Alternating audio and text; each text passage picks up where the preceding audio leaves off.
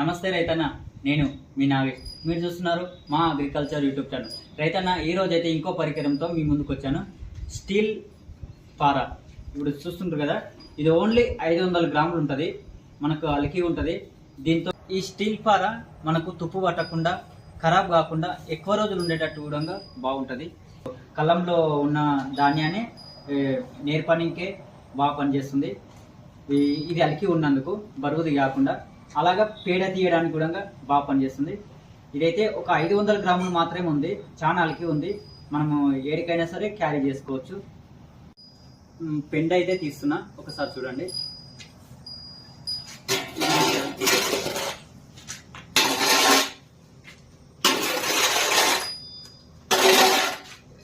ఇలా అయితే దగ్గరికి మంచిగా వస్తుంది.